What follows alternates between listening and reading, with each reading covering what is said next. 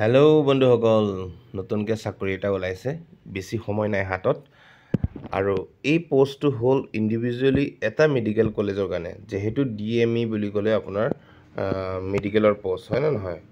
চাওক, এয়া grade 3 and grade 4 post ওলাইছে 2008টা পোষ্টৰ কাৰণে। 2024 চনত এই DME গভ অফ আছামৰ আণ্ডাৰত মানে এই চাকৰিটো ওলাইছে। মই সোনকালে ভিডিঅ'টো শ্বৰ্টত বনাই আছোঁ। লাষ্ট ডেট হ'ল আপোনাৰ চাওক 31/08/2024 আগষ্টতে লাষ্ট ওলাইছিলে। বেছি সময় হোৱাই নাই এমপ্লয়মেণ্ট দিয়াটো, কিন্তু লাষ্ট ডেট দিলে, সোনকালে দিছে। কিন্তু সোনকালে এপ্লাই কৰি লওক, 5-6 দিন আছে হাতত।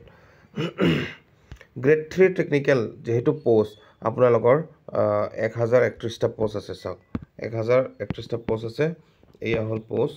তাৰপিছত নন টেকনিকেল পোষ্ট ইয়াত আছে। তাৰপিছত চেলাৰী হ'ল এয়া টেকনিকেল পোষ্টৰ চেলাৰী 14,000 পৰা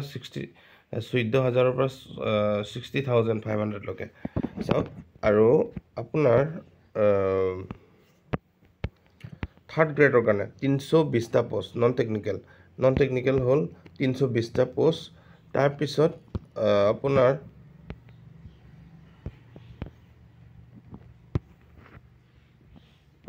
আপোনাৰ আছে এইপিনি ফৰ্থ গ্ৰেডৰ হ'ল 657টা পোষ্ট। কেণ্ডিডেট মাষ্ট বি পাছ 8 মানে ক্লাছ 8 পাছ হোৱা হ'ব লাগিব। তাৰপিছত চেলাৰী হ'ল 12,000 পৰা 52,000, গ্ৰেড পে 3,900 টকা উইথ গ্ৰেড পে। তাৰপিছত মই বেছি দীঘলীয়া ভিডিঅ'টো নকৰোঁ। কি ক্ৰাইটেৰিয়াত মানে কেনেকৈ এপ্লাই কৰিব লাগে, ক্ৰাইটেৰিয়াত পঢ়িব লাগে। নেশ্যনেলিটি অফ ইণ্ডিয়ান চিটিজেনশ্বিপ, ইণ্ডিয়াৰ মানুহ হ'ব লাগিব। আৰু age limit should be 18 to not more than 40, মানে 18 পৰা 40 বছৰলৈকে পাৰিব। এছ অন 1 জানুৱাৰী 2023, মানে জানুৱাৰী 2023লৈকে 40 বছৰ হ'ব নালাগিব। Age relaxation upper wise category wise upper relaxation is mention below'. OBC বা MOBCৰ কাৰণে 3 বছৰ। তাৰপিছত ST আৰু SC কাৰণে 5 বছৰ। তাৰপিছত PWD যিহেতু ফিজিকেলি হেণ্ডিকেপ, কোনোবা মানে অকণমান হেণ্ডিকেপো থাকে, সেইবিলাকৰ কাৰণে 10 বছৰ দিছে। তাৰপিছত employment exchange registration must B register in any of the employment exchange of Assam, মানে এমপ্লয়মেণ্ট এক্সচেঞ্জটো লাগিবই। অসমৰ এমপ্লয়মেণ্ট এক্সচেঞ্জ যিকোনো আপোনালোকৰ নিজৰ ঠাইখনত এমপ্লয়মেণ্ট এক্সচেঞ্জ ৰেজিষ্টাৰ হোৱাটো লাগে, মানে বিচাৰিছে। Application fee no application fee to be paid. Application এটকাও বিচৰা নাই। Helpline number for any query candidate can contact following my number.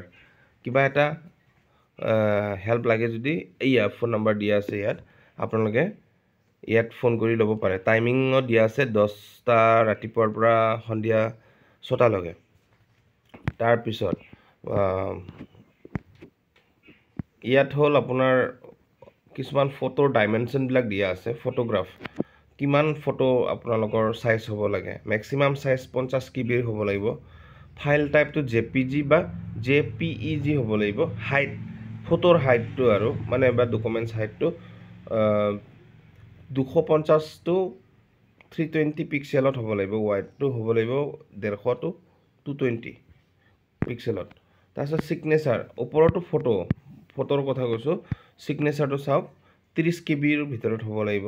File type JPEG হ'ব লাগিব। হাইট 100 পৰা 180 পিক্সেল, ৱাইড 150 পৰা 220 পিক্সেললৈকে। এইবিলাকে বহুত ইম্পৰ্টেণ্ট। আৰু ইম্পৰ্টেণ্ট ডেটছ মই আপোনালোকক বাৰে বাৰে কৈ আছোঁ, ইম্পৰ্টেণ্ট ডেটছটো মনত ৰাখক আপোনালোকে। ইম্পৰ্টেণ্ট ডেটছবিলাক হ'ল এইয়া starting date of online application submission, মানে আগত 2023 চনত যিহেতু অনলাইন লৈছিলে, লাষ্ট ডেট এইটো হৈছিলে অনলাইন এপ্লিকেশ্যন ছাবমিশ্যন। তেতিয়াও নতুন মানে লৈছিল DME, সেইটোৰ মানে কিবাটো দিছে ইয়াত। তাৰপিছত starting date of online application submit 20 আগষ্ট। তিনিচুকীয়াটো স্পেচিয়েলি মানে আজি যোনটো ভিডিঅ' বনাই আছোঁ ইয়াত তিনিচুকীয়াৰ হয়। Last date of online application submission 31 আগষ্ট। বেছি দিন নাই ইয়াত, 31 আগষ্ট। 31 আগষ্টত আপোনালোকে এই লাষ্ট ডেট এপ্লাই কৰিব পাৰিব 31 আগষ্টলৈকে। আৰু ইয়াতে সম্পূৰ্ণ দিয়া আছে অনলাইন এপ্লিকেশ্যন ফি এইবিলাক গোটেইখিনি। স্পেচিয়েলি তিনিচুকীয়াৰ কাৰণে এই পোষ্টটো মেডিকেল কলেজৰ কাৰণে বনোৱা হৈছে আপোনালোকে সোনকালে তিনিচুকীয়াবাসী বা আমাৰ গোটেই অল অসমবাসী সোনকালে এপ্লাই কৰি লওক নহ'লে চাকৰিটো হাতৰ পৰা গুচি যাব জয় হিন্দ